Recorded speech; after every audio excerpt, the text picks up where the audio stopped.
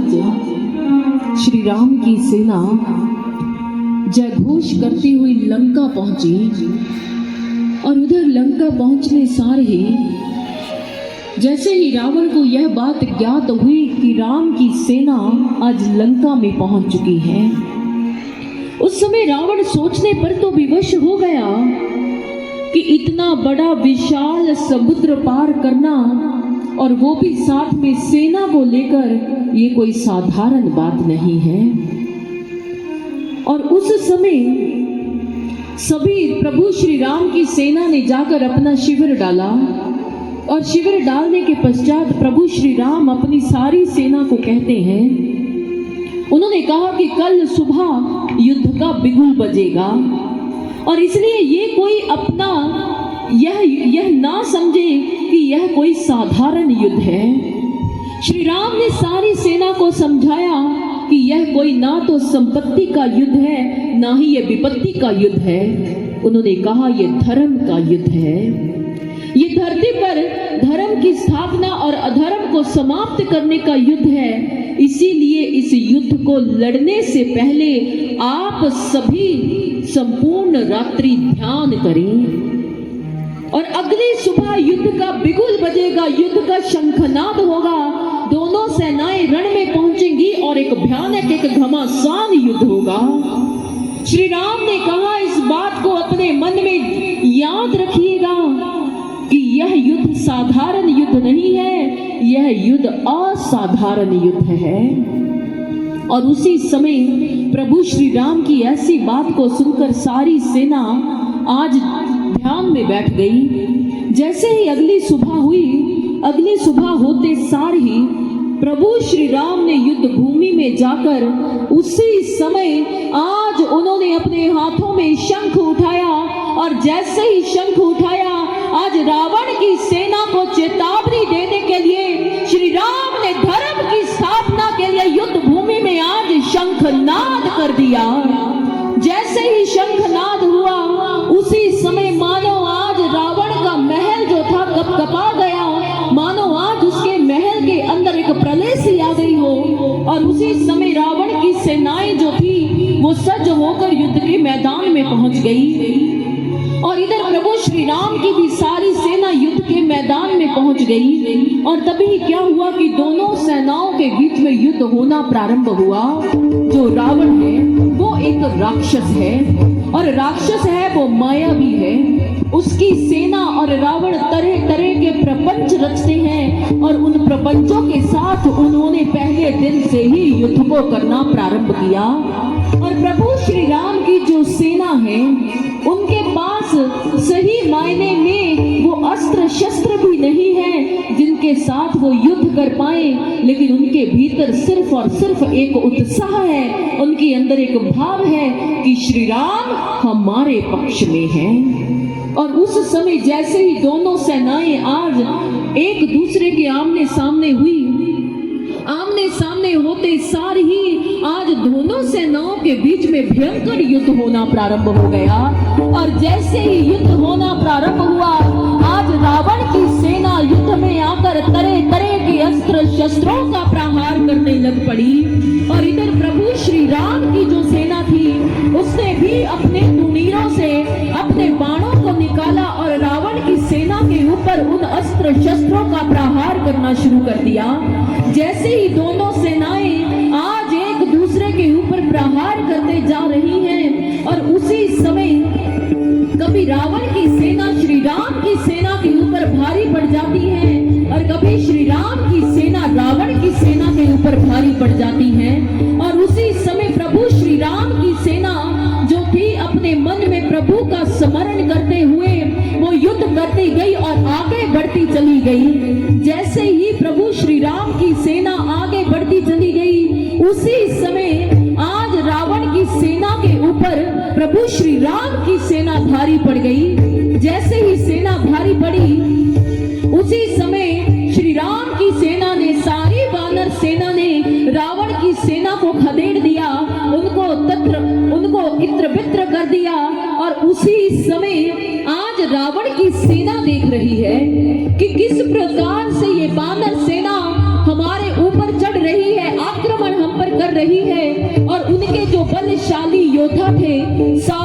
सारे योद्धा आज युद्ध भूमि में धराशायी होकर गिरते चले गए। दिन पर दिन बीतते चले गए, लेकिन आज रावण की एक ना चल पाई। उसके बलशाली योद्धा धराशायी होकर मृत्यु को प्राप्त होकर युद्ध भूमि पर गिरते गए। जैसे ही रावण ने देखा कि मेरी जो सेना है वो हार रही है इस प्रकार से, तो मैं पराजित हो जाऊंगा, और उसी समय उसने अपने पुत्र मेघनाथ को युद्ध भूमि में उतार दिया। जैसे ही युद्ध भूमि में मेघनाथ आया, मेघनाथ ने आकर अपना मायावी प्रपंच रचाया। और उसने प्रपंच कैसा रचाया? उसने क्या किया कि कभी वो आकाश मार्ग में लुप्त हो जाता है, कभी प्रकट हो जाता है, कभी आकाश से रक्त की वर्षा कर देता है और कभी तेज धूप कर देता है कि उसका ताप वानर सेना सह नहीं पाती।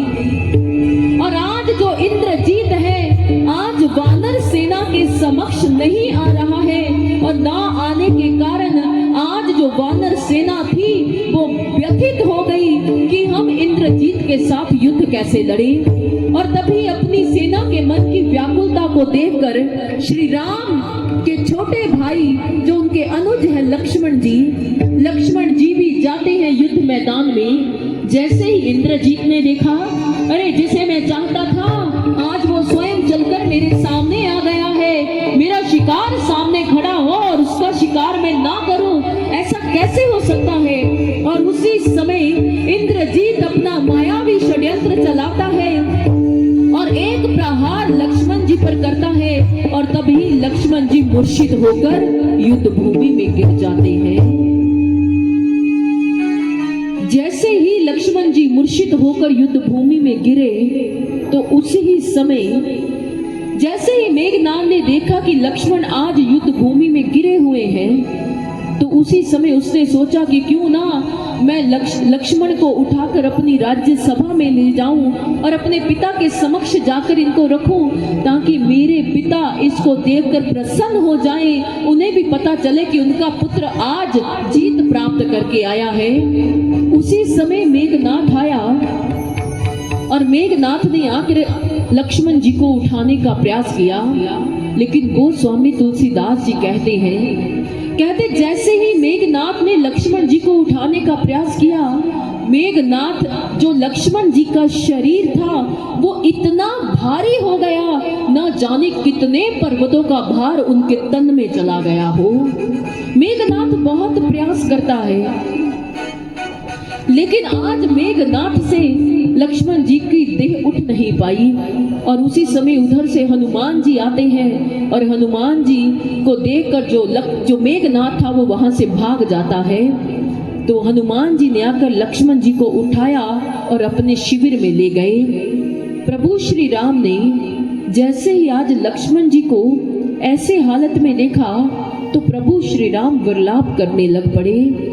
उन्होंने कहा, जाम्बन जी, अगर आज मेरा भाई मेरा अनुज जीवित नहीं रहेगा तो मैं अयोध्या का राज्य लेकर क्या करूंगा।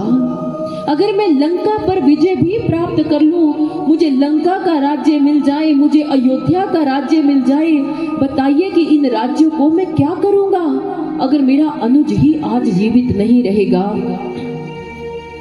और उसी समय जैसे ही प्रभु को विलाप करते देखा, और तभी ही विभीषण जी बताते हैं हनुमान जी को कि लंका में सुषेण नामक वैद्य है, वो वैद्य ही इनका उपचार कर सकते हैं। और उसी समय हनुमान जी गए और उन वैद्य को ले आए, और वैद्य जी ने आकर बताया कि इनका उपचार एक ही है कि जो विषभुजा बाण इनको लग चुका है, इसका उपचार, इसकी काट सिर्फ एक ही है कि वो है संजीवनी बूटी, और वो संजीवनी बूटी यहाँ से बहुत दूरी पर मिलेगी। और उसी समय हनुमान जी कहने लगे, वैद्यराज आप इसकी चिंता मत कीजिएगा, उस बूटी को मैं लेकर आता हूँ। और उसी समय हनुमान जी तीव्र गति से जाते हैं और जाकर उस बूटी को लेने के लिए पहुंच जाते हैं। और जैसे ही बूटी लेने के लिए गए, तभी मार्ग में जो रावण था उसने अपना एक दुष्ट जो था काल नेमी, उसको एक संत का रूप धारण करके वहां पर बिठा दिया था। क्योंकि रावण जानता था कि समय बहुत कम है।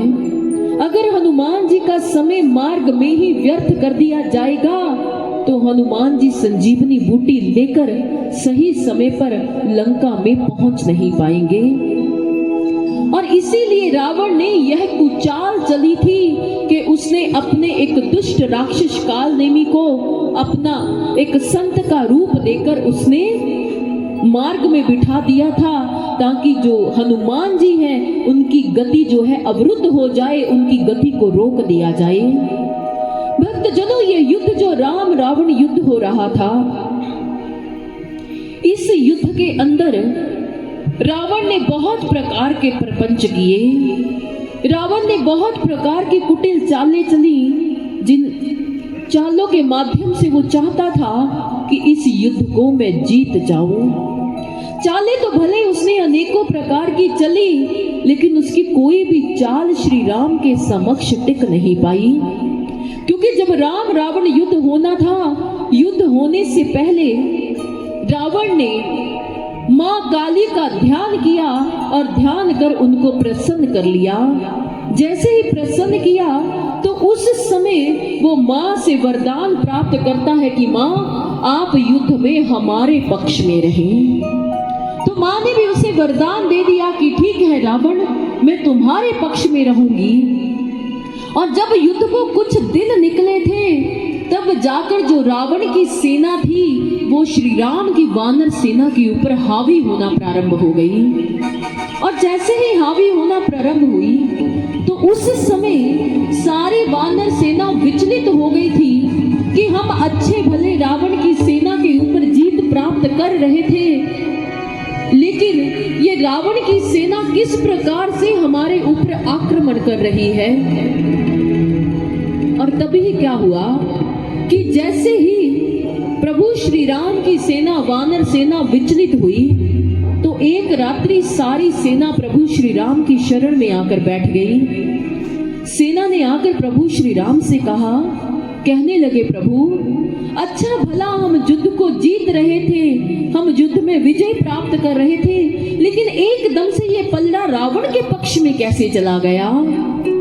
तो उस समय प्रभु श्री राम अपनी सभी सेना से कहते हैं, उन्होंने कहा क्योंकि रावण ने मां काली को प्रसन्न किया है और मां का रुद्र रूप जो है वो रावण के पक्ष में है। इसीलिए जब आप कोई बाण रावण की सेना पर छोड़ते हैं तो रावण की सेना के ऊपर उन बाणों का कोई भी प्रभाव नहीं हो पाता है। और उन्होंने कहा कि इसीलिए जब रावण की सेना के ऊपर इसका कोई प्रभाव नहीं होता है तो दिन प्रतिदिन रावण की सेना अब आपके ऊपर अपनी विजय प्राप्त कर रही है। जाम्बन जी कहने लगे, प्रभु अगर रावण मां को प्रसन्न कर सकता है, उनको तुष्ट कर सकता है, उन्होंने कहा वो तो अधर्मी है, वो पापी है, वो दुराचारी है। अरे प्रभु, आप तो युग पुरुष हैं, आप तो युग नायक हैं, आप पुरुषों में उत्तम हैं, आप पुरुषोत्तम हैं, आप नरोत्तम हैं। इसलिए प्रभु आप भी श्री राम, आप भी मां काली की पूजा करें, उनकी अर्चना करें और उन्हें प्रसन्न करें और उनसे वर मांगे कि वो भी आशीष दें हमें कि ताकि हम इस युद्ध में विजय श्री को प्राप्त करें। और उस समय जाम्बन जी के कहने पर प्रभु श्री राम बैठ जाते हैं रात्रि के समय मां की पूजा अर्चना करने के लिए। और तब प्रभु श्री राम कहते हैं हनुमान जी से कि हनुमान, मैं मां को, देवी को 108 नील कमल अर्पित करूंगा। मैं नील कमल अर्पित करने का व्रत धारण करता हूं, इसलिए तुम शीघ्र जाओ और 108 नील कमल लेकर आओ। और उसी समय जो प्रभु हैं वो बैठ गए मां की स्तुति करने के लिए। और आज प्रभु अपने मन के भावों को मां के पास उनके चरणों में झोंक कर वो उनकी स्तुति कर रहे हैं। और आज सारी वानर सेना भी बैठकर मां की स्तुति कर रही है। और आज उनकी स्तुति का व्याख्यान कैसे हो रहा है, आइए उस दृश्य को देखते हैं।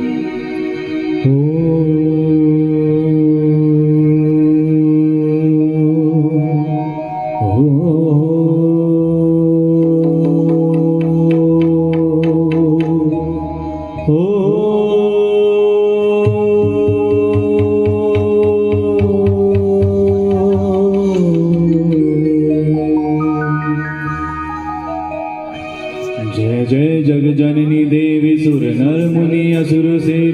भक्ति मुक्तिदायिनी भयहरण कालिका। जय जय जग जननी देवी सुर नर मुनि असुर देवी भक्ति मुक्तिदायिनी भयहरण कालिका। जय जय जग जननी देवी सुर नर मुनि असुर देवी भक्ति मुक्तिदायिनी भयहरण कालिका। जय जय जग जननी देवी सुर नर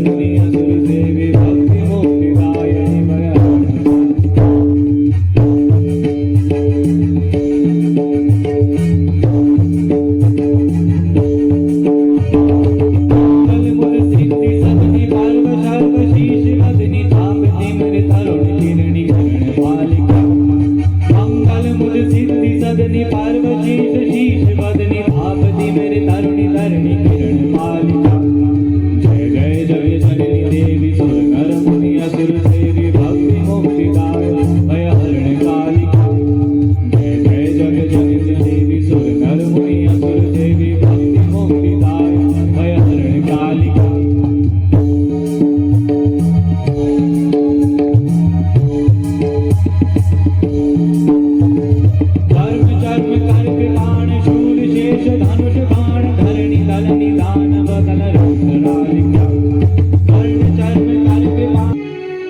आज जैसे ही प्रभु माँ की स्तुति कर रहे हैं, तभी हनुमान जी 108 नील कमल लेकर आए और लाकर प्रभु को दे दिए।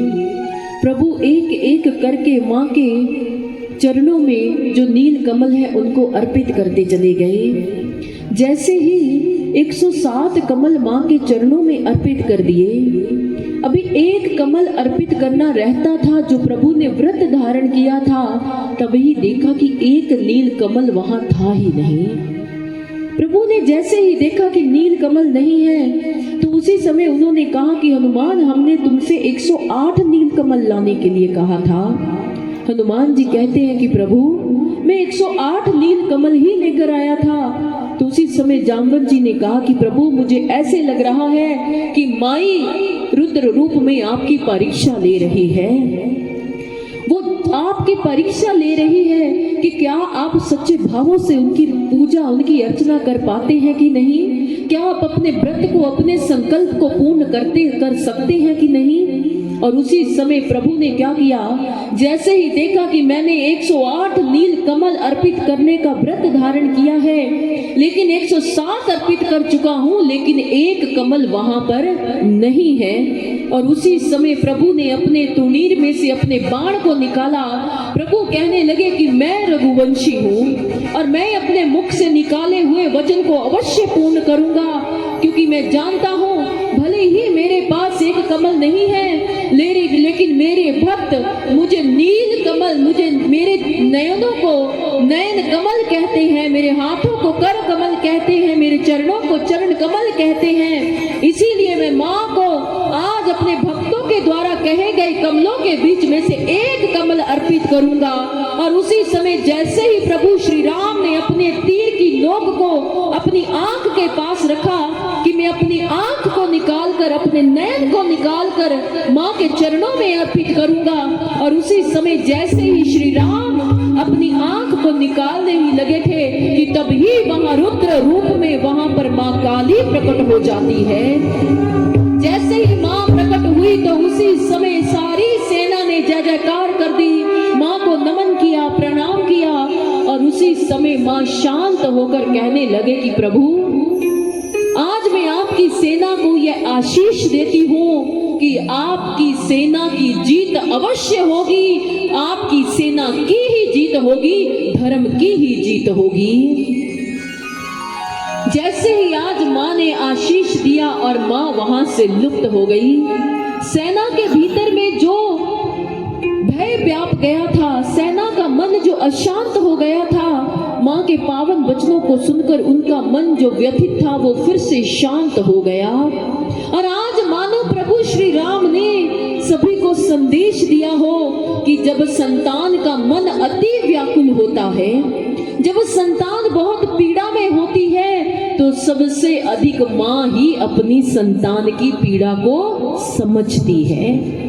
और माँ जब अपनी संतान की पीड़ा को समझती है तो माँ उसकी पीड़ा को समाप्त करने का भरसक प्रयास करती है। और भक्त भी है। दिव्य गुरु आशुतोष महाराज जी कहते हैं, उन्होंने कहा जब भी कोई संतान किसी भी प्रकार में के दुख में हो या समस्या में हो, जब वो अपनी माँ से वो बात कहते हैं तो उनकी माँ यथासंभव प्रयास करती है अपनी संतान के उस दुख को दूर करने का।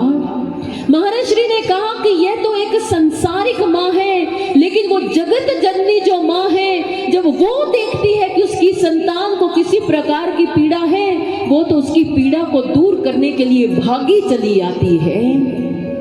लेकिन भक्तजनों, आज समाज में माँ के भक्त जो हैं उनके लिए एक अनोखा ही परिचलन बन गया है, उनके लिए एक अनोखा ही माहौल बन चुका है।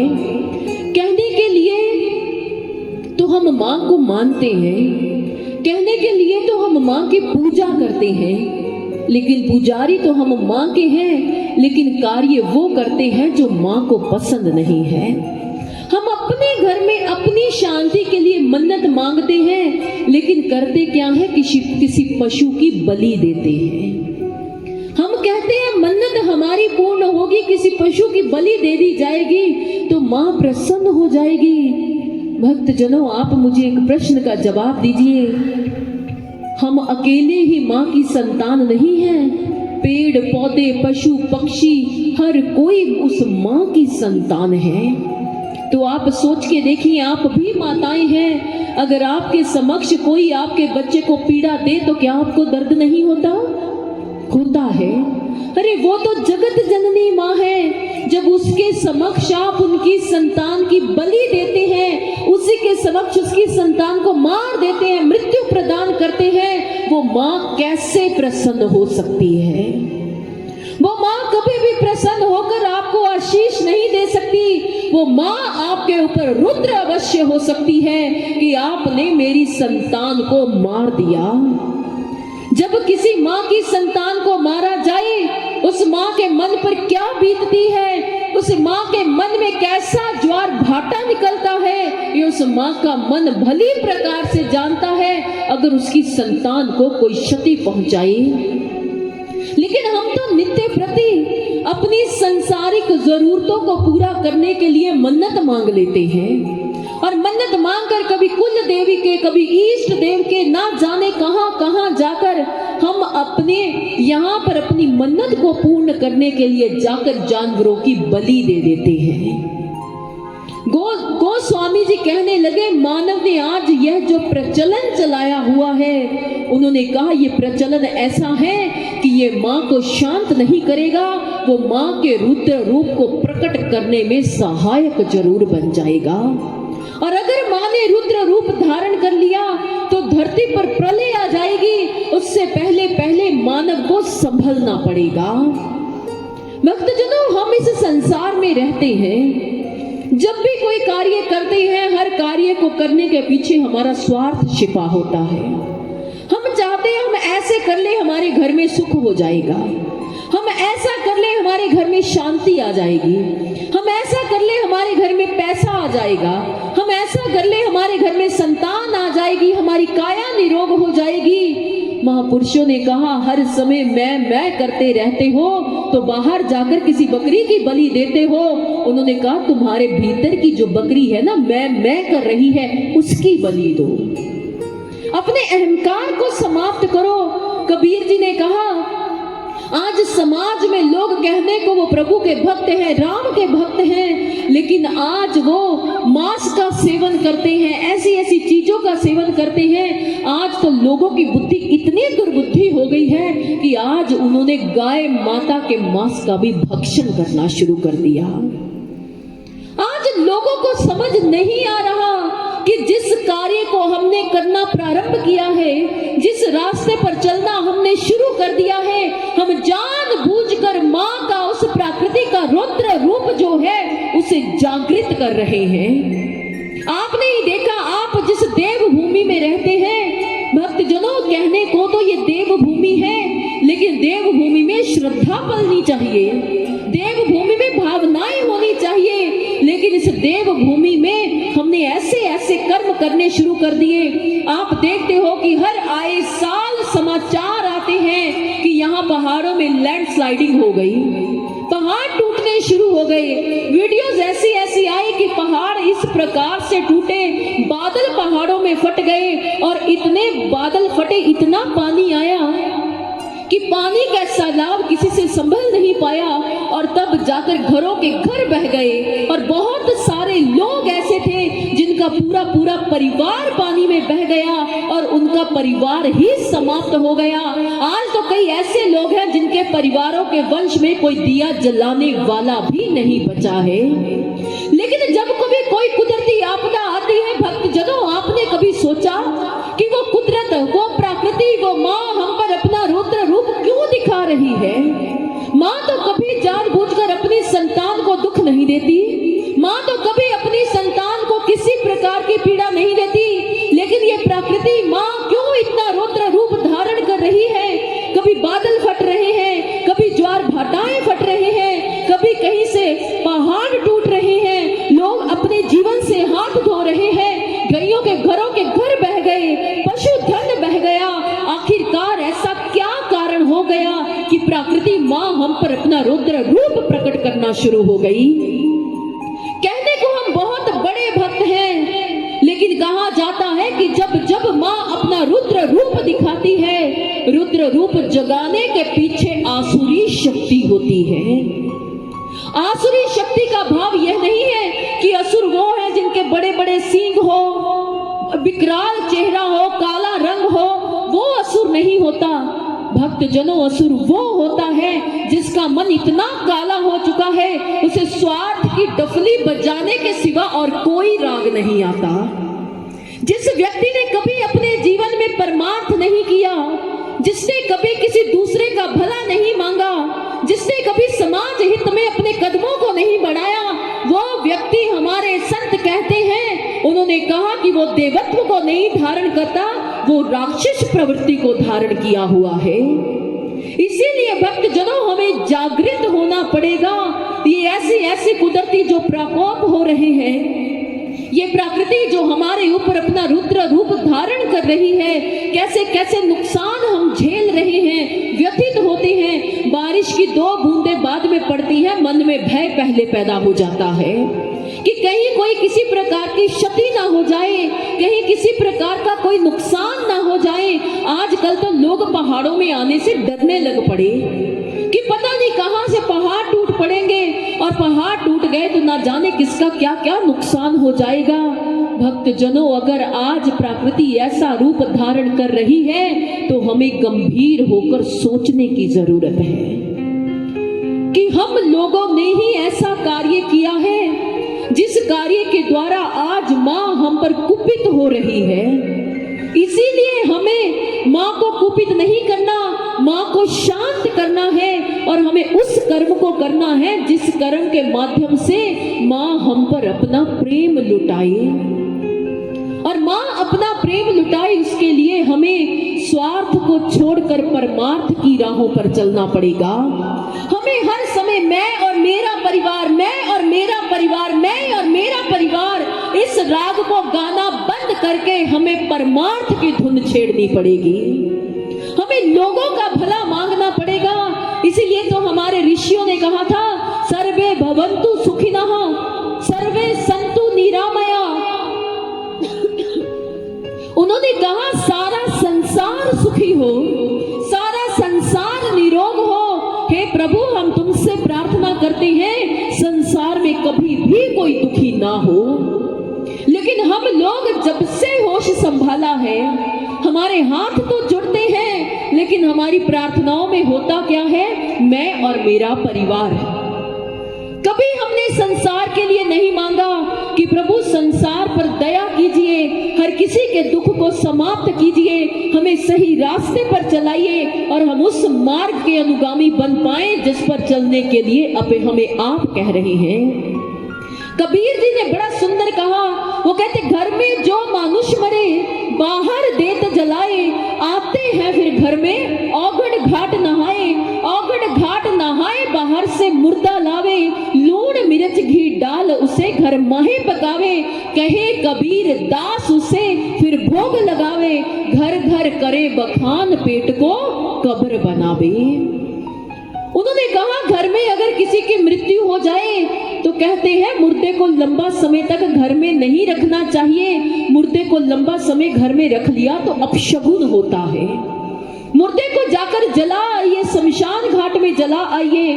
उन्होंने कहा कि घर में अगर मृत्यु हो गई तो जाकर शमशान घाट में जला आए, लेकिन जब बाहर किसी की मृत्यु होती है, जब आप वो मांस खरीद कर लेकर आते हैं घर में और पवित्र रसोई घर में लाकर उसे मसाले डालकर बनाते हैं, अपने स्वाद अनुसार बनाते हैं और खाकर, कबीर जी ने कहा फिर घर घर करे बखान, कहते फिर जगह जगह जाकर बताते हैं कि आज तो हमने ये खाया। उन्होंने कहा, कहते एक कब्रिस्तान तो बाहर है जहां पर जाकर मुर्दे को जलाकर आते हैं, कहते एक कब्रिस्तान इंसान तूने अपने पेट को बना रखा है जिसमें ना जाने आज तक कितने मुर्दों को डाल चुका है।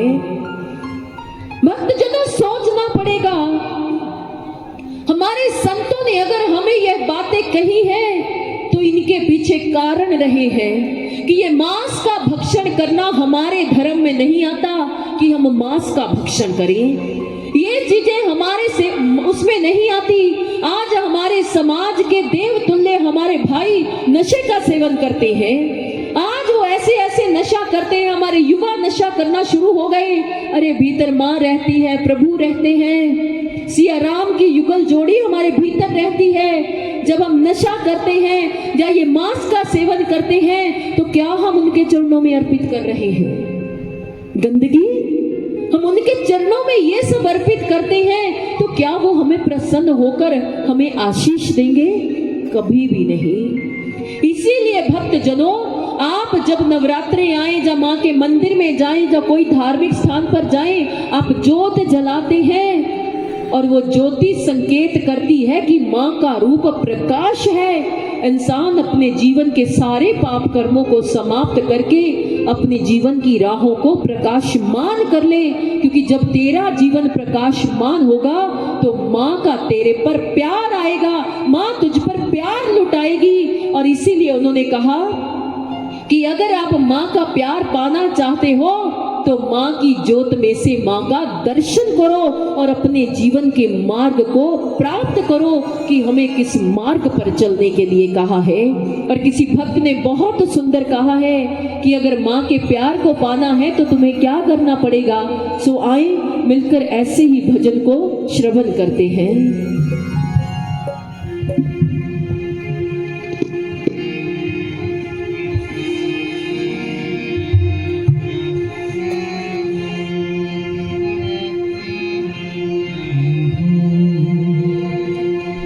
सच्ची जोत विच कर लो,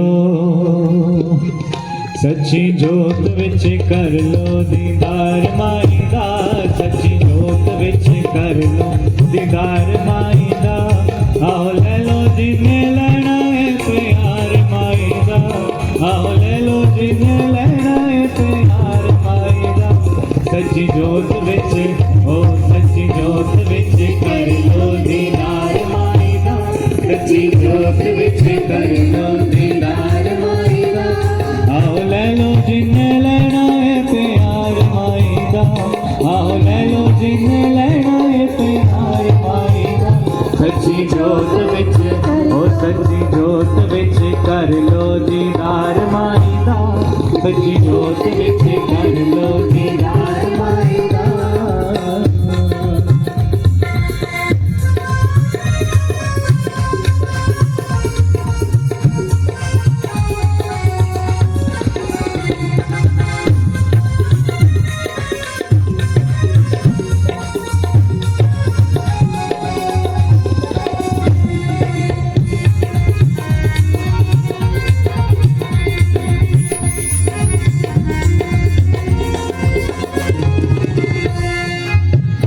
निठ उठ के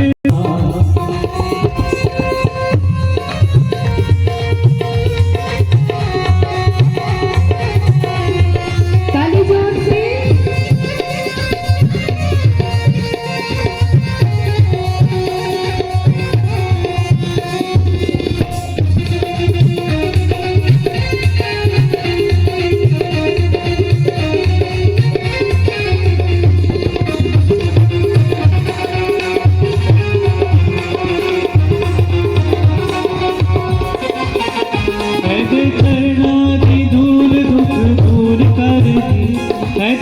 चरणा दी धूल दुख दूर करती, शेरा वाली मैया झोलियां जरूर भरती, शेरा वाली मैया झोलियां जरूर भरती।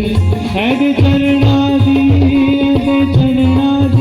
ओ ऐदे चरणा दी धूल दुख दूर करती, ऐदे चरणा दी धूल दुख दूर करती, शेरा वाली मैया झोलियां जरूर भरती, शेरा वाली मैया झोलियां जरूर भरती।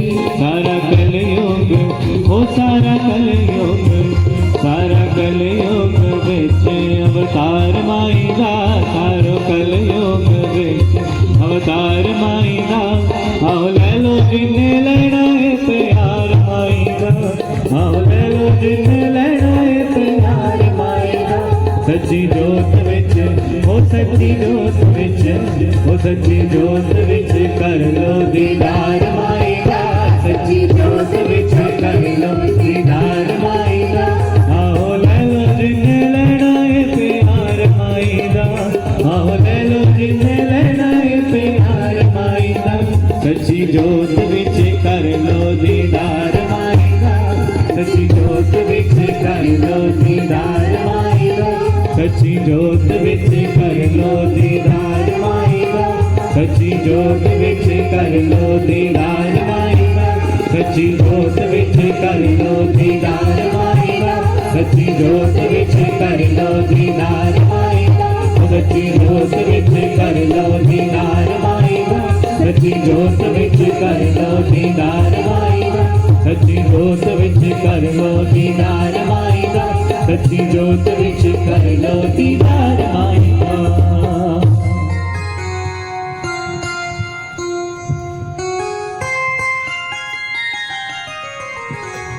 प्रभु प्रेमियों, अगर चाहते हैं माँ के स्वरूप का दर्शन करना और माँ के प्रेम को प्राप्त करना, तो उसी के लिए उसी रास्ते को अपनाना पड़ेगा जिस रास्ते पर चलने के लिए उन्होंने आज तक हमें प्रेरित किया है। जितने भी ये मार्ग हम अपनाते हैं ना, ये सारे मार्ग हमारे मन के अनुसार बनाए हुए मार्ग हैं। लेकिन कभी आपने ग्रंथों को पढ़ा हो, कभी उनकी व्याख्या की हो, उनके अर्थों को समझा हो, तो आपको पता चलेगा कि ईश्वर तो हमें कुछ और ही करने के लिए कह रहे हैं, लेकिन हमने किसी और रास्ते को अपना लिया। और आज यही कार्य जब हनुमान जी चले संजीवनी बूटी लेने के लिए, उस समय रावण ने काल नेमी नामक एक राक्षस को यह कहा कि तुम जाओ और मार्ग में बैठ जाओ और जाकर हनुमान जी का रास्ता रोक लो। काल नेमी जानता था कि प्रभु श्री राम जो है वो साक्षात श्री हरि हैं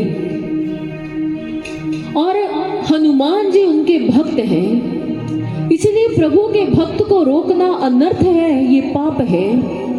लेकिन तब वो सोचता है कि अगर मैंने रावण को इनकार कर दिया तो रावण मुझे मृत्यु प्रदान कर देगा, लेकिन अगर मैं शब्द रूप धारण करके छल से हनुमान जी का मार्ग रोकने जाऊंगा तो मैं हनुमान जी के हाथों से मारा जाऊंगा। तो उस समय तुलसीदास जी कहते हैं कि काल नेमी सोचता है कि किसके हाथों से मरना अधिक उचित होगा।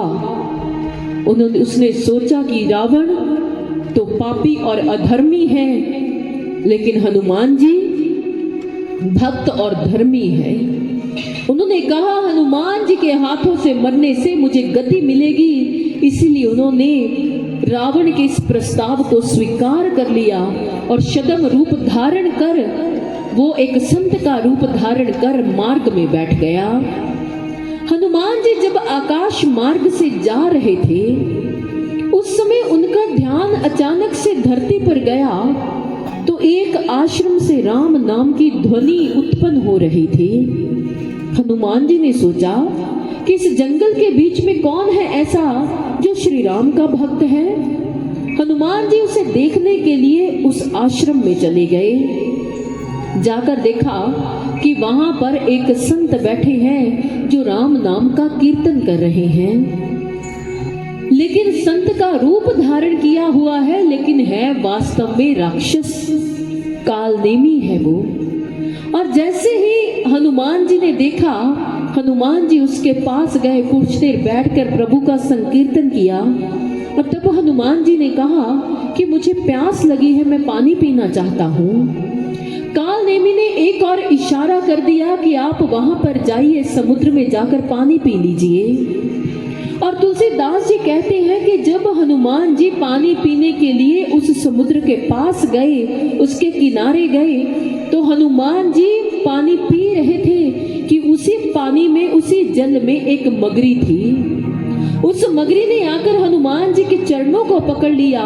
जैसे ही चरणों को कसकर पकड़ा, हनुमान जी उसके ऊपर एक जोरदार प्रहार करते हैं और उसको समाप्त कर देते हैं। और उसके बीच में से एक देव कन्या उत्पन्न होती है।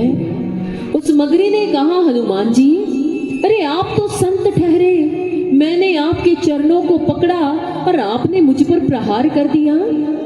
हनुमान जी कहने लगे कि वो मैंने इसलिए किया क्योंकि तुमने शदम रूप धारण किया हुआ था। तो वो मगरी कहती है, वो देवी कहती है, उसने कहा, हनुमान जी, शदम रूप मैंने ही अकेला धारण नहीं किया, जिसके पास आप आए हैं ना, वो कालनेमी भी शदम रूप धारण करके बैठा है, वो राक्षस है। हनुमान जी मुस्कुराने लग पड़े क्योंकि हनुमान जी को पता था कि वो कौन है। हनुमान जी ने कुछ नहीं कहा, वापिस गए और वापिस जाकर उन्होंने कालनेमी पर प्रहार किया और उसके प्राण पखेरु कर दिए। और उसी समय कालनेमी ने मृत्यु को प्राप्त हो गया और वहां से हनुमान जी आगे की यात्रा करनी प्रारंभ कर लेते हैं। लेकिन भक्तजनों, यहाँ पर हम देखें, क्या हमारे जीवन में ऐसा नहीं होता कि कहीं हमें प्रभु की कथा सुनने को मिल रही है, हमें कहीं प्रभु का कीर्तन सुनने को मिल रहा है, कोई प्रभु की चर्चा सुना रहा है, तो क्या हम लोग वहां पर जाकर नहीं बैठ जाते? अगर किसी ने भगवा धारण कर लिया तो हम सोचते हैं कि ये बहुत बड़े संत हैं। अगर मीठा बोल रहे हैं, मीठा गा रहे हैं, हमें लगता है बड़े संत हैं, इनके पास जाओ, चरणों में प्रणाम करो। लेकिन दिव्य गुरु आशुतोष महाराज जी बात स्पष्ट कहते हैं। उन्होंने कहा, जरूरी नहीं कि भगवा धारण करने वाला गुरु हो, जरूरी नहीं कि मीठा बोलने वाला गुरु हो, जरूरी नहीं कि मीठा गाने वाला गुरु हो। उन्होंने कहा, ये बाहरी लिबास कभी किसी गुरु की पहचान नहीं होती है। अगर आप किसी गुरु की पहचान करना चाहते हो तो गुरु की पहचान है ब्रह्म ज्ञान, अर्थात भगवान का दर्शन। कहते आज दुनिया में ये प्रचलन ही चल पड़ा कि लोग आज अगर किसी को कथा करते देखते हैं, किसी को भगवा धारण करके देखते हैं, सोचते हैं कि ये संत है। कबीर जी कहने लगे, माधव, अगर तू ठगने से बचना चाहता है, तू चाहता है कि तू ठगा ना जाए, तुम्हें संत असंत में भेद करना आना चाहिए। उन्होंने कहा, संत वो है जो भगवान का दर्शन करवा दे, और असंत वो है जो केवल मात्र मीठी मीठी बातें करके, गा के, तेरे दुख दूर करके तुझको भरमा दे। उन्होंने कहा, जो तुम्हें भ्रांतियों में डालता है वो असंत है, और जो तुम्हें भगवान से मिलाता है वो संत है। इसीलिए कबीर जी ने कहा, कबीरा जगत में बहुत गुरु, कन फूका फांसी लाए बुझाए, कहत कबीर सोई गुरु पूरा, जो कंत आन मिलाई। कंत मतलब भगवान। उन्होंने कहा, कबीर जी कहते हैं, दुनिया में आपको बहुत गुरु मिल जाएंगे जो गुरु कहेंगे कि आप आइए और नामदान ले जाइए। उन्होंने कहा, वास्तव में गुरु वही है, कंत मतलब परमात्मा। उन्होंने कहा, जो आपका मिलाप परमात्मा से करवा दे वो गुरु पूरा है। इसीलिए भक्तजनों, जब भी किसी गुरु की शरण में जाएं तो जाकर उनसे प्रश्न कीजिए, क्या आपने भगवान को देखा है? अगर वो कहे कि हाँ देखा है, तो दूसरा प्रश्न करें, क्या मुझे दिखा सकते हो?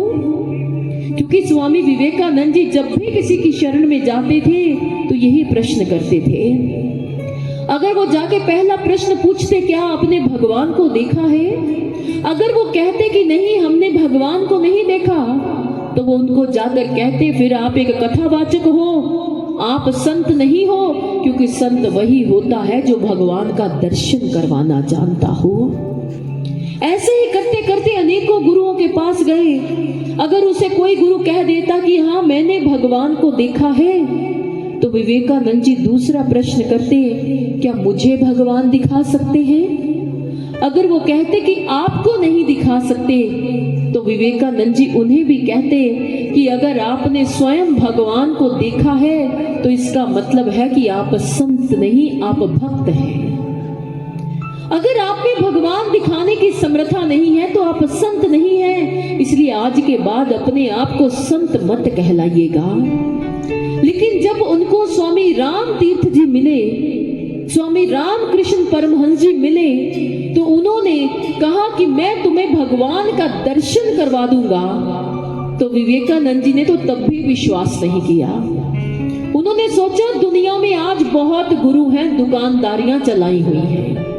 भक्तजनों, हमें यह बात कहने में बिल्कुल भी लज्जा महसूस नहीं हो रही, क्योंकि आज दुनिया में गुरुओं ने दुकानदारियां चलाई हुई हैं। वो लोगों का पैसा ठगना तो जानते हैं, पर किसी की मन की पीड़ा को हरना नहीं जानते।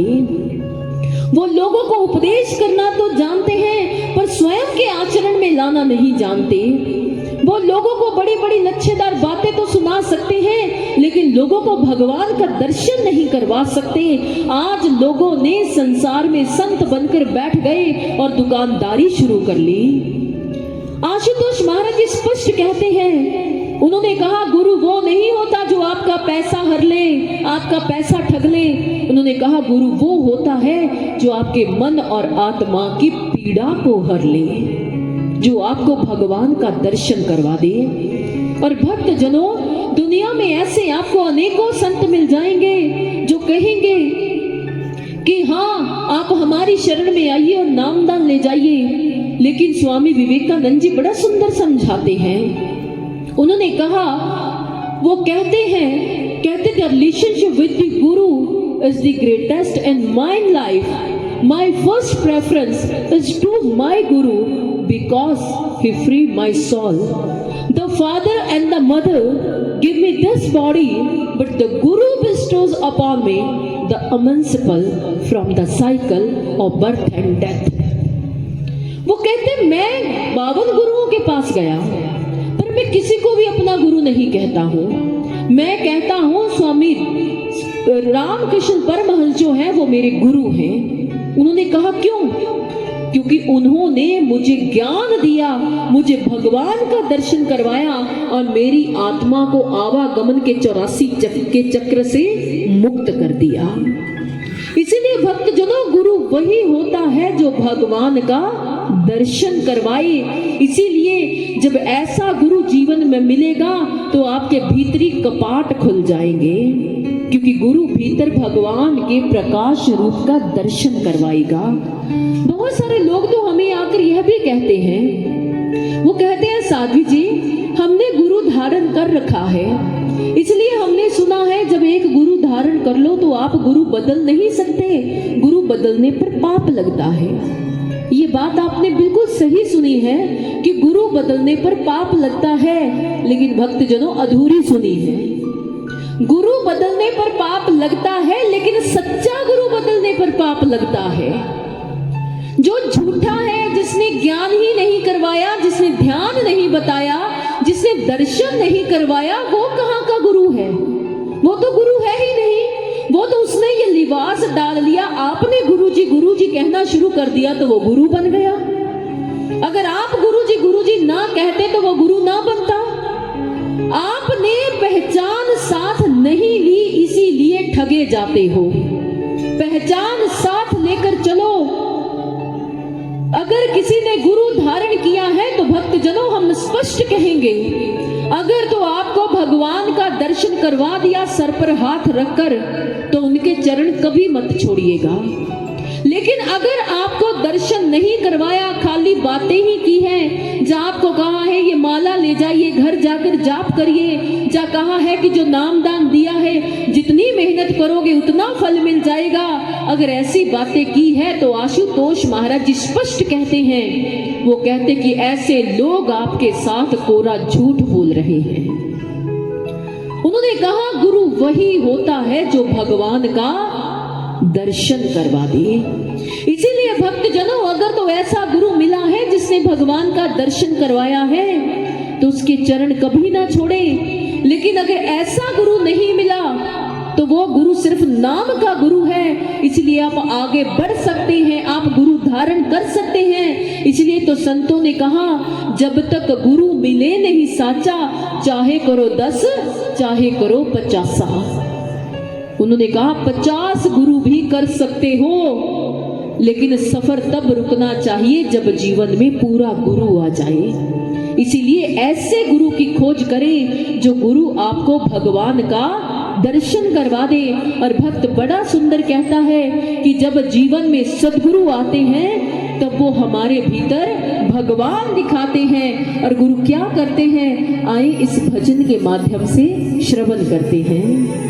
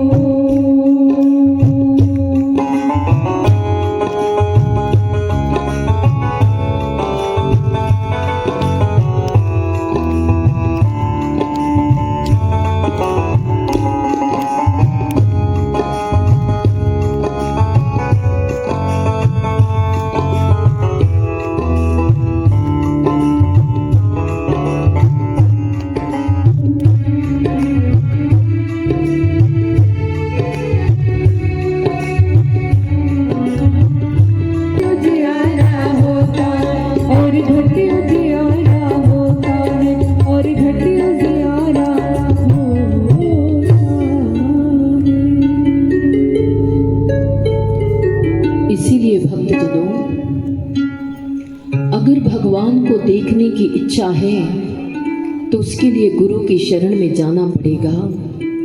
और अधूरे गुरु को छोड़ने से कोई पाप नहीं लगता, क्योंकि अगर पाप लगता होता तो आज हनुमान जी काल नेमी को मृत्यु दंड ना देते। इसीलिए मृत्यु दंड प्रदान किया था, भले ही भगवान डालकर बैठा था वो, क्योंकि वो चाहते थे लोगों को पता चले कि संत और असंत में फर्क होता है। संत वो है जो दर्शन करवा दे, असंत वो है जो ठग ना जाने। इसीलिए इंसान ठगा ना जा, ग्रंथों के अनुसार गुरु की पहचान कर। और हम जो आपको यह 7 दिवस के माध्यम से सुना रहे हैं, भक्तजनों हमने देखा है, इसीलिए आपको बता रहे हैं। आप ऐसे गुरु की खोज दुनिया में कहीं भी करें, लेकिन अगर आपको कहीं भी ऐसा गुरु नहीं मिलता तो हम जरूर कहेंगे कि आप दिव्य ज्योति जागृति संस्थान में आइए, आकर ब्रह्म ज्ञान को प्राप्त कीजिए और उस भगवान का दर्शन कीजिए। फिर स्वयं देखिएगा, आप भी हमारी तरह कहेंगे कि ईश्वर देखा जाता है, क्योंकि आप स्वयं देख लेंगे। और आज हनुमान जी सबको संदेश देकर वहां से आगे गए, संजीवनी वापिस लेकर आए, जिससे लक्ष्मण जी की मूर्छा टूटी और फिर से युद्ध प्रारंभ हो गया। जैसे युद्ध प्रारंभ हुआ, लेकिन जो रावण था वह स्वयं युद्ध में आ गया। रावण के ऊपर श्री राम जी ने बहुत करे से प्रहार किया, लेकिन जो रावण था वो मरने पर नहीं आ रहा था। और उसी समय प्रभु श्री राम के पास विभीषण जी आते हैं। प्रभु श्री राम ने कहा, विभीषण जी कृपया आप हमें यह बताएं कि यह रावण मर क्यों नहीं रहा है। इसे जितना भी प्रयास करे मारने का, ये उतना बलशाली होकर सामने आ जाता है। तो विभीषण जी ने कहा, कहने लगे, प्रभु रावण की नाभि में अमृत कुंड है। जब तक उसके भीतर अमृत कुंड है वो मृत्यु को प्राप्त नहीं होगा। इसलिए आप एक अग्नि बाण का संधान कर सबसे पहले आप रावण की नाभि का अमृत कुंड सुखा दीजिए। जब अब अग्नि कुंड, वो अमृत कुंड सूख जाएगा, फिर आप जब रावण पर प्रहार करेंगे तो रावण की क्षति हो जाएगी। आज विभीषण जी ने जैसे ही प्रभु को यह बात बताई, उसी समय प्रभु श्री राम ने देखा कि अब वह शुभ घड़ी, वह शुभ बेला आ चुकी है, जब धरती के ऊपर से अधर्म को समाप्त कर धर्म को स्थापित किया जाए। और उसी समय प्रभु ने चहुं दिशाओं को अपने ध्यान में किया, और ध्यान में करके प्रभु ने अग्नि बाण का संधान किया। अग्नि बाण का संधान कर उसी समय प्रभु श्री राम ने उस अग्नि बाण को रावण की ओर छोड़ दिया, और वह अग्नि बाण जाकर रावण की नाभि में लगा, और देखते ही देखते उसकी नाभि के बीच में जितना अमृत का कुंड था वो सारे का सारा सूख गया। जैसे ही अमृत कुंड सूखा, उसी समय प्रभु श्री राम ने एक और बाण का संधान किया, और जैसे ही वह बाण जाकर रावण को लगा तो उसी समय रावण धराशाही होकर पृथ्वी पर गिर गया। और रावण के मुख से पहली बार आज मृत्यु को प्राप्त करते हुए उसके मुख से निकला, श्री राम, हे राम, श्री राम। आज जैसे ही रावण के मुख से श्री राम निकला तो उसी समय रावण मृत्यु को प्राप्त हो गया। आज जैसे ही सारी वानर सेना ने आकाश से देवगणों ने देखा, तो आकाश मार्ग से देवगणों ने सभी ने फूलों की वर्षा शुरू कर दी। धरती से सभी वानर सेना ने प्रभु श्री राम की जय घोष करनी शुरू कर दी कि प्रभु श्री राम ने धर्म युद्ध जीत लिया है। और उसी समय मानो आज धरती से लेकर आकाश तक प्रभु के नाम की धुन ऐसे गूंजने लग पड़ी कि पूरी सेना प्रसन्नता में कह उठी, जय श्री राम, जय श्री राम, जय श्री राम, जय श्री राम, जय श्री राम, जय श्री राम। और उसी समय आज सभी बहुत प्रसन्न हैं कि प्रभु ने आज धरती को रावण के अत्याचार से मुक्त कर दिया। और उसी समय प्रभु श्री राम ने विभीषण जी का जो राज तिलक किया, उनको लंका का राजा बनाया, और लंका को राजा बनाकर प्रभु एक संध्या में बैठे हुए थे। जो रावण की पत्नी है मंदोदरी, उसने कहा कि मैं उस पुरुष को देखना चाहती हूँ जिसने मेरे बलशाली पति को मृत्यु प्रदान कर दी। मैं देखना चाहती हूँ कि उसका बल कैसा है जो मेरे पति में बल नहीं था। जब रावण की पत्नी मंदोदरी प्रभु श्री राम के समक्ष पहुंची, प्रभु उस समय अपनी निगाहों को धरती पर गाड़ कर बैठे हुए थे। जैसे ही उनको यह संदेश मिला कि रावण की पत्नी मंदोदरी आ रही है, तो उसी समय प्रभु उठकर खड़े हो गए। प्रभु खड़े तो हुए हैं, लेकिन निगाहें अब भी धरती पर हैं। प्रभु ने कहा, बताइए देवी कैसे आना हुआ। मंदोदरी ने कहा कि हे राम, मैं देखना चाहती थी, मेरा पति रावण बहुत विद्वान था, बलशाली था, वो योद्धा था, उसके समान कोई नहीं था। मैं देखना चाहती थी जिसने मेरे पति को मृत्यु प्रदान की है वो दिखने में कैसा लगता है, उसका बल कैसा है, उसका साहस कैसा है। तो प्रभु श्री राम ने अपनी निगाहों को नीचे किया हुआ था। प्रभु श्री राम कहने लगे, तो देवी आपको फिर देखकर क्या लगा। तो मंदोदरी ने हाथ जोड़ लिए, आंखों में अश्रु आ गए। कहने लगी, प्रभु मैं समझ गई कि आप में और मेरे पति में क्या फर्क है। प्रभु श्री राम कहने लगे, देवी क्या समझी आप? उन्होंने कहा, प्रभु एक मेरा पति था रावण, जिसने पर स्त्री का हरण किया और हरण करके बल से उनको अपनी बंदी बना लिया। एक आप है प्रभु, आज मैं स्त्री हूँ, आपके समक्ष खड़ी हूँ। आपको पता है कि मेरा पति मर चुका है, लेकिन फिर भी आपने अपनी आंखों को उठाकर मेरे मुख की ओर नहीं देखा, अपनी निगाहों को धरती पर गाड़ रखा है। यही फर्क है आप में और मेरे पति रावण में। इसीलिए प्रभु आप महान हैं, प्रभु आप महान हैं। मैं समझ गई कि जिसका आचरण गिर जाता है उसके जीवन में उसका विनाश होना निश्चित है। और प्रभु आज आपके आचरण को देखकर मैं धन्य हो गई, आपका दर्शन करके धन्य हो गई। और उस समय प्रभु श्री राम जो हैं वो कहते हैं विभीषण जी से कि हमें अति शीघ्र अयोध्या वापस जाना है, क्योंकि वहां पर भरत हमारा इंतजार कर रहा है। अगर हम कुछ पल की भी देरी कर गए तो वो अपने प्राणों का त्याग कर देगा। और उसी समय प्रभु श्री राम ने हनुमान जी को भेजा कि आप जाइए और जाकर अयोध्या में सभी को संदेश दीजिए कि हम अति शीघ्र आने वाले हैं। और उस समय हनुमान जी प्रसन्नता में चले गए। लेकिन आज यहाँ पर प्रभु श्री राम हमें बहुत बड़ा संदेश दे रहे हैं। अयोध्या में सन्नाटा है, मातम छाया हुआ है, क्योंकि श्री राम नहीं थे। लंका में भी भय था, अशांति थी, क्योंकि वहां पर रावण था और वहां भय व्याप रहा था। प्रभु श्री राम ने केवल लंका को ही शांत नहीं किया, या अयोध्या को ही शांत नहीं किया, प्रभु श्री राम ने संपूर्ण पृथ्वी को शांत कर दिया। भक्तजन जानते हैं, जब धरती के ऊपर अशांति होती है तो अशांति को समाप्त करने के लिए सबसे पहले शांति का गीत गाना पड़ेगा। इसीलिए हमारे संत कहते हैं, उन्होंने कहा कि सबसे पहले धरती के ऊपर से जो ब्रह्म ज्ञान लुप्त हो चुका है, उस ब्रह्म ज्ञान को पुनः आपको प्राप्त करना पड़ेगा। अरे जब ब्रह्म ज्ञान मिलेगा तो आपका जीवन खुशहाल हो जाएगा। इसीलिए हमें बाहरी कर्म कांड से निकलकर सत्य की ओर चलना पड़ेगा। एक बार क्या हुआ, एक बंदरों की सभा लगी।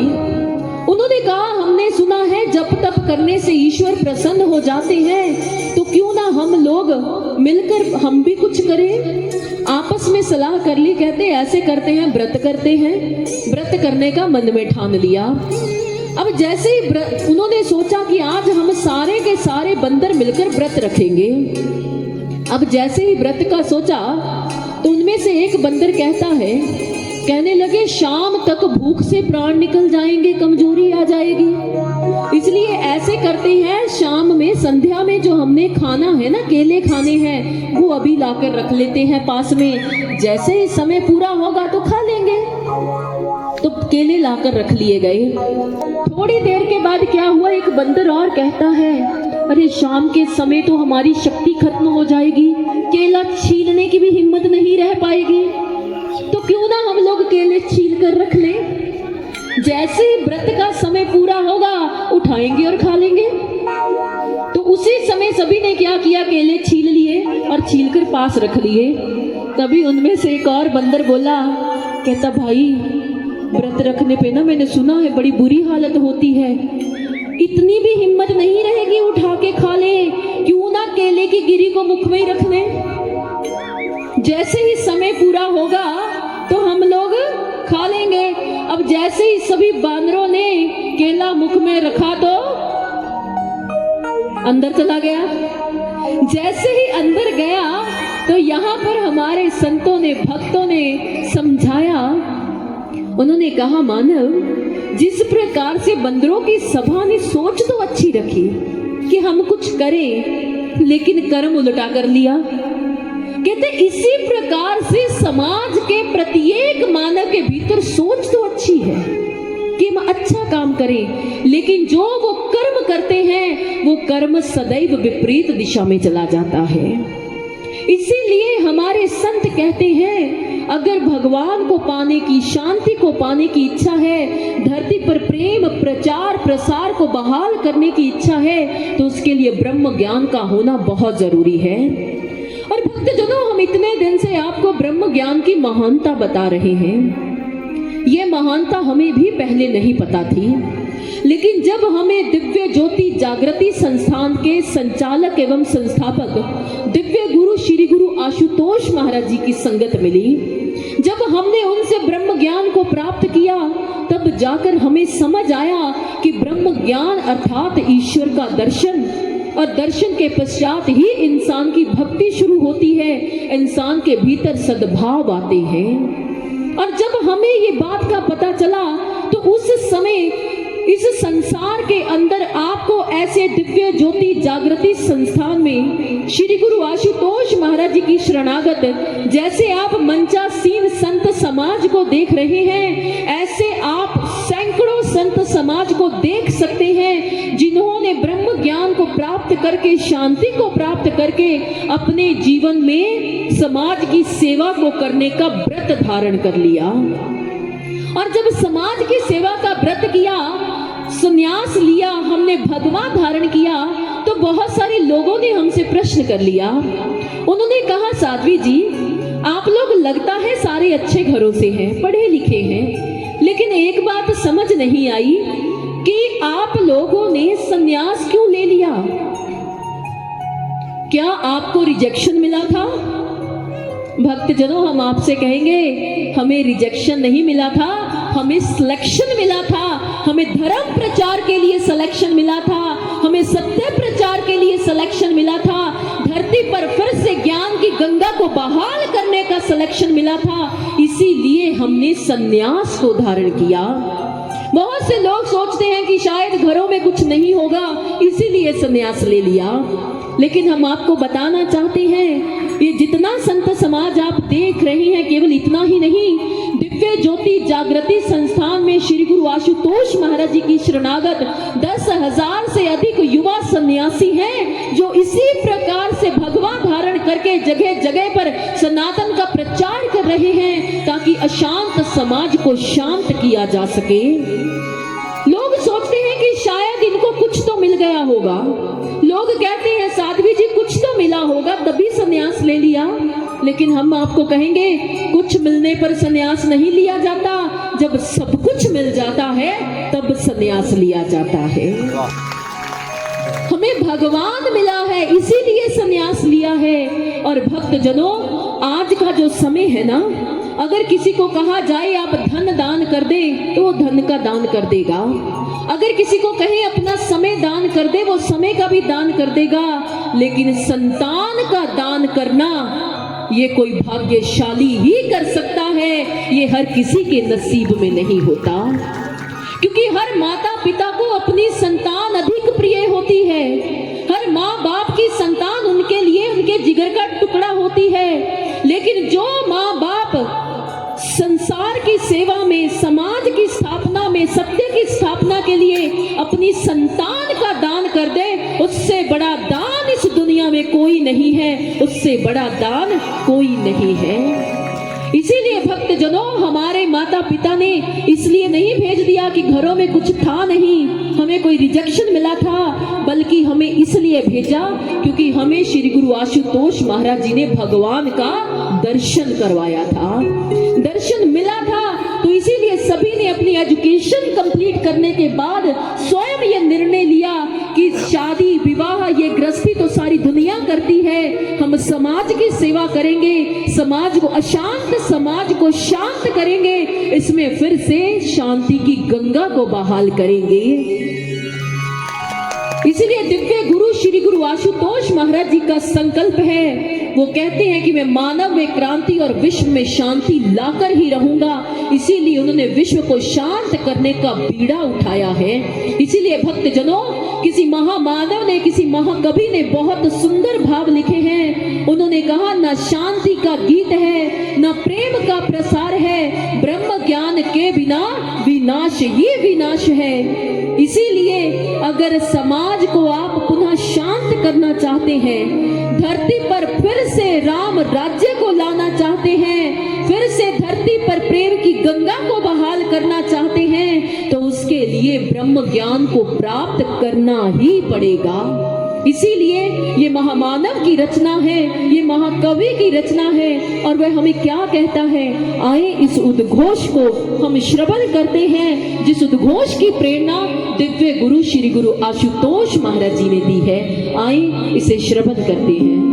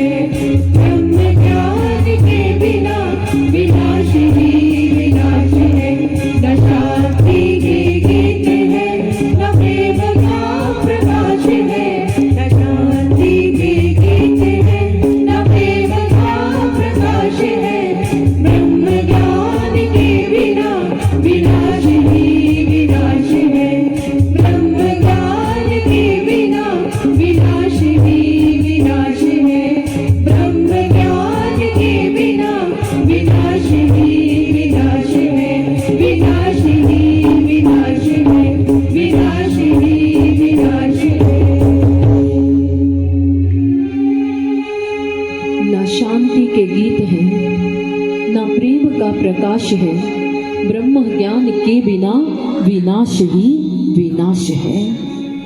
इसीलिए भक्तजनों, अगर इस संसार को विनाश की राहों से पीछे करना है तो उसके लिए ब्रह्म ज्ञान प्राप्त करना पड़ेगा, अर्थात भगवान का दर्शन करना पड़ेगा। जब भगवान का दर्शन हो गया तो धरती पर राम राज्य स्वतः ही आ जाएगा। इसीलिए यह जो आपने सुना है, ये केवल मात्र हम आपको यह नहीं सुना रहे कि केवल हमने ही प्राप्त किया है। आप हिमाचल में रहते हैं, आपके लिए भी गर्व की बात और सौभाग्य की बात है कि आप ही के हिमाचल राज्य से बहुत सारे युवा सन्यासी जो भाई हैं और बहनें हैं, वो दिव्य गुरु आशुतोष महाराज जी की शरणागत हैं, वो समर्पित हैं और समाज की सेवा में उतरे हुए हैं। इसलिए भक्तजनों, जरा अपने राज्य के लिए तो एक बार ताली बनती है। इसीलिए ये सौभाग्य हर किसी को मिले, हर व्यक्ति भगवान का दर्शन करके जीवन को धन्य करे। आज यही प्रभु श्री राम की कथा हमें समझा रही है। इसीलिए ये प्रभु श्री राम की कथा जो 7 दिवसीय कथा है, वो हमें यह बता रही है कि तब ही मन रूपी रावण मरेगा जब श्री राम रूपी भगवान का हमारे भीतर गुरु के माध्यम से आगमन होगा, गुरु के माध्यम से प्रकटीकरण होगा। और आज जैसे ही हनुमान जी ने जाकर अयोध्या में समाचार दिया कि प्रभु श्री राम कुछ ही समय में अयोध्या में लौटने वाले हैं, उसी समय वो मृत प्राय जो अयोध्या थी, जिसमें मानो ऐसा था कि कोई सांस नहीं ले रहा, आज सारी की सारी अयोध्या एकदम से मानो किसी ने उनके भीतर नव प्राण फूंक दिए हो। और उसी समय अयोध्या के नर नारी बाल वृद्ध बच्चे सब उठ के तरुण अवस्था को प्राप्त कर गए। ऐसे लगा कि मानो वो फिर से युवा हो गए हों। तो पूरी अयोध्या को आज फूलों से सजा दिया गया, रंगोलियां बनाई गई, जगह जगह मंगल गीत गाए जाने लगे, शहनाइयां बजने लग पड़ी। आज सारी अयोध्या के द्वार की ओर टकटकी बांधकर देख रही है कि कब हमारे श्री राम, जानकी जी और लक्ष्मण जी आए और हम उनका दर्शन कर पाए।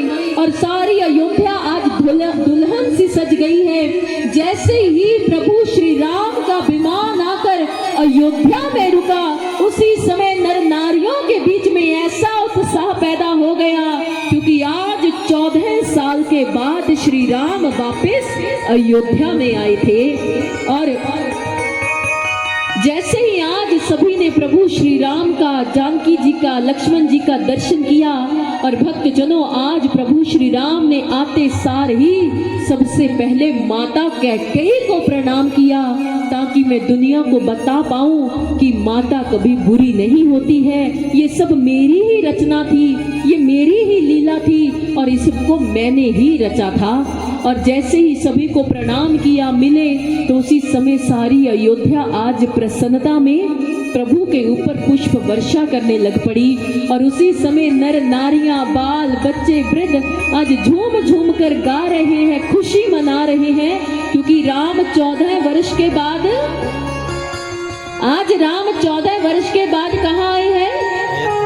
अयोध्या में आए हैं। सो आए हिमाचल वासियों, मिलकर हम भी अयोध्या चलते हैं और वहां के खुशी में सम्मिलित होकर प्रभु का दर्शन करते हैं।